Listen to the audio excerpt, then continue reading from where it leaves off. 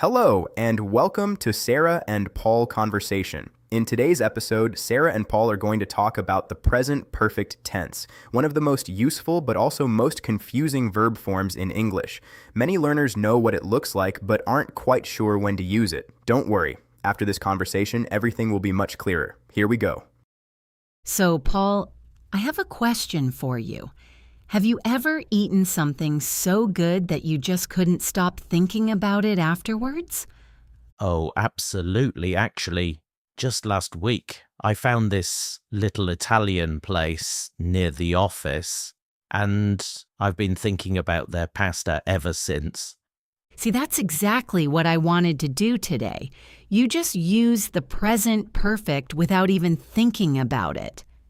I've been thinking about their pasta ever since. That's perfect, Paul. Ha. I didn't even notice, and that's actually the beautiful thing about the present perfect. Native speakers use it naturally all the time without stopping to think, but for learners it can feel like a bit of a mystery. When do I use this? Why not the past simple? What's the difference? It really can feel confusing. So let's break it down properly. The present perfect is formed with have or has, plus the past participle. Have eaten, has gone, have been, have seen. The structure is straightforward, but the tricky part is knowing when to use it instead of the past simple. Exactly, and I think the best way to understand it is to think about connection. The present perfect always connects the past to the present. There's always a link between something that happened and what's happening now. Something in the past is still relevant. I love that idea. The connection. Can you give us an example? Sure. Imagine you arrive at a party and your friend asks, "Have you eaten?" They're not asking about a specific moment in the past. They're asking about your current situation. Are you hungry right now? Is food relevant at this moment? The past experience connects directly to the present. But if you said, "Did you eat?" or "Did you have dinner?" that feels more like you're asking about a specific event. What happened at 7 o'clock? Where did you go? It's more of a report about the past. Exactly. With the past simple, we're thinking about a finished, specific moment in time. With the present perfect, we're thinking about the relevance of that experience to right now. And this is where learners often get tripped up. They say something like, "I went to London," when they actually mean, "I've been to London." The first one sounds like you just came back from a specific trip. The second one is about your life experience. "Yes, that's a place I visited. It's part of my personal history." That's such a common mistake, and I think it comes from the fact that in many languages, there's just one past tense that does both jobs. Italian, Spanish, French, they often use one tense to cover what English splits between the present perfect and the past simple. So English learners naturally reach for the simpler option. Right.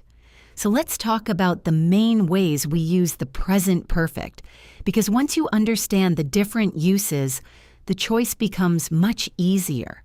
And the first one, probably the most common, is talking about life experiences. Things you have or haven't done in your life without saying exactly when. Have you ever been to Japan? I've never tried surfing. She's seen that film 3 times.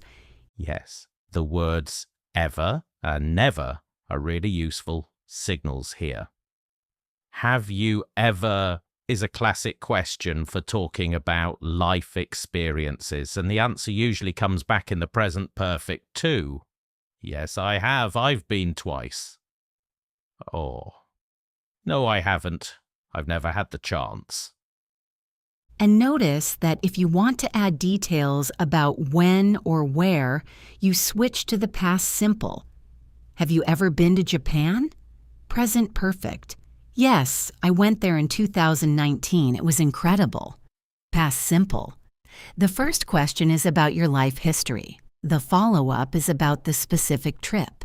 That switch is so important, and I think once learners notice it, it starts to click. Once you mention a specific time, yesterday, last week, in 2019 when I was a student, you're in past simple territory. The specific moment is in focus, not the general experience. It's like zooming in, isn't it? The present perfect is wide angle, the big picture. The past simple is close up, the specific moment. That's a great way to put it, Sarah. And there are some really useful time words that tend to go with each tense. For the present perfect, think ever, never, already, yet, just, recently, since, for.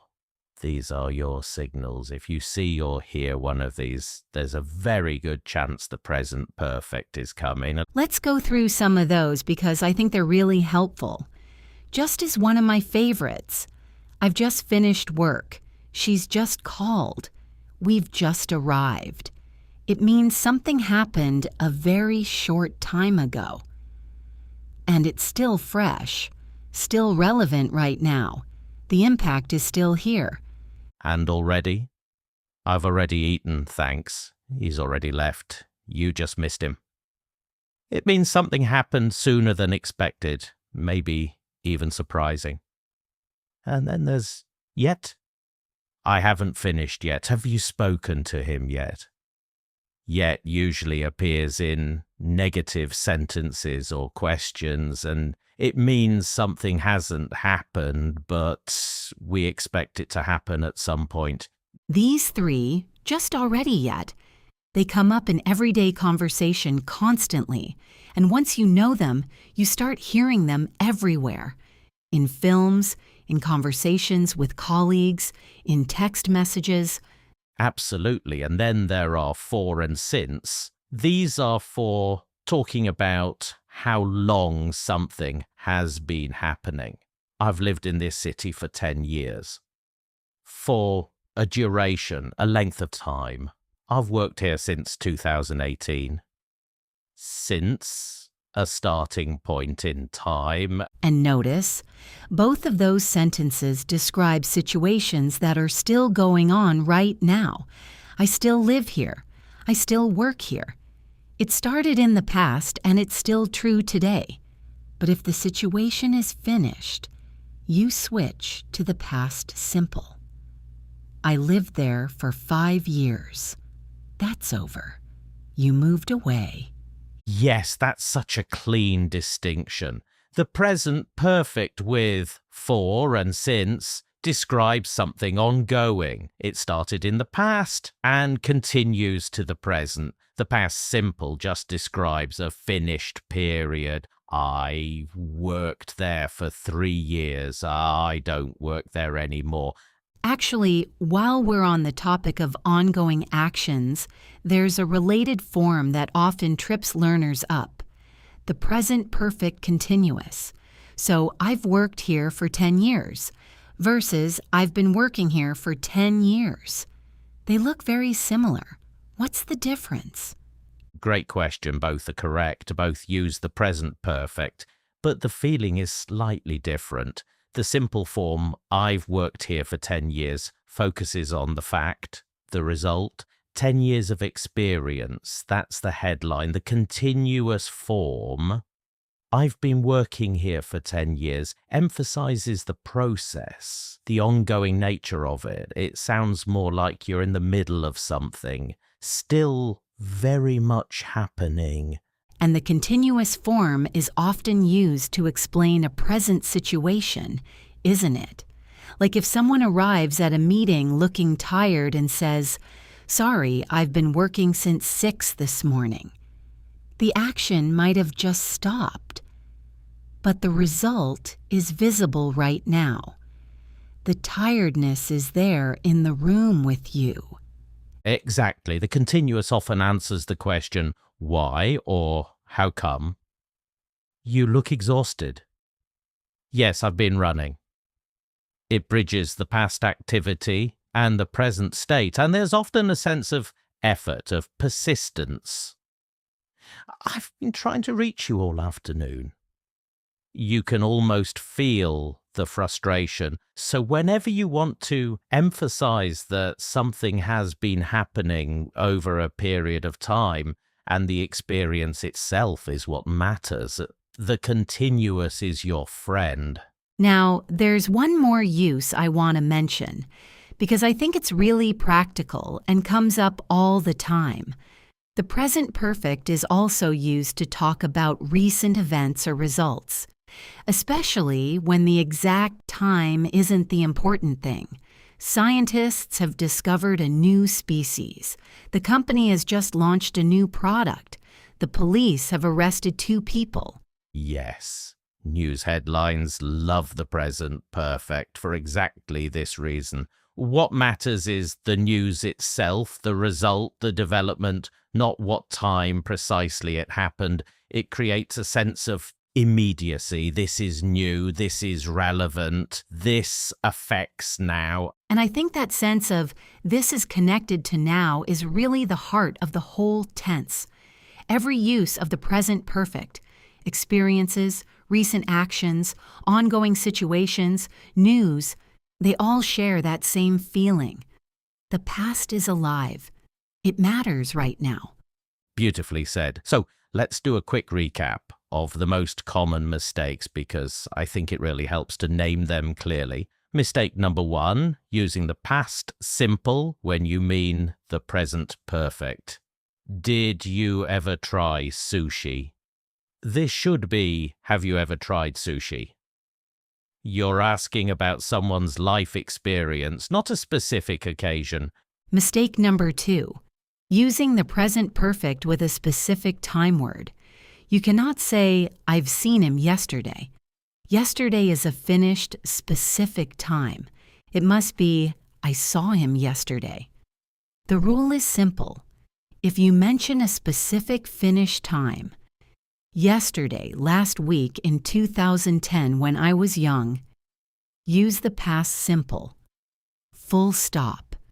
And mistake number 3, mixing up for and since. I've been here since 2 hours doesn't work. For goes with a duration, for 2 hours, for 3 years, for a long time. Since goes with a point in time, since Monday, since 2019, since I was a child. I've been here for 2 hours, or I've been here since 3 o'clock. Perfect recap, Paul.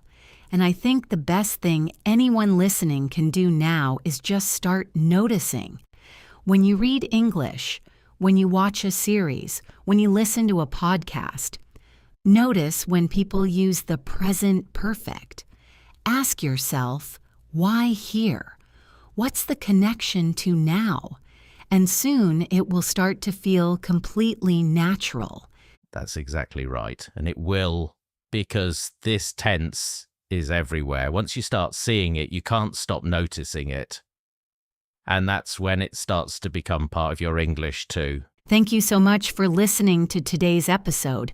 We really hope this has helped you feel more confident about the present perfect tense. Because once you get it, you start using it everywhere, and it makes your English sound so much more natural. Now here is our question for you today. Have you ever made a mistake with the present perfect? Maybe you said I went to London when you meant I've been to London. Or have you mixed up for and since? Let us know in the comments. Now, we love hearing from you and we read every single message. And if you enjoyed today's episode, please give it a thumbs up. Share it with a friend who's learning English, and hit subscribe so you never miss a new episode. It really means the world to us. Remember, you are not bad at English. You are just getting better every single day. Bye for now. Bye.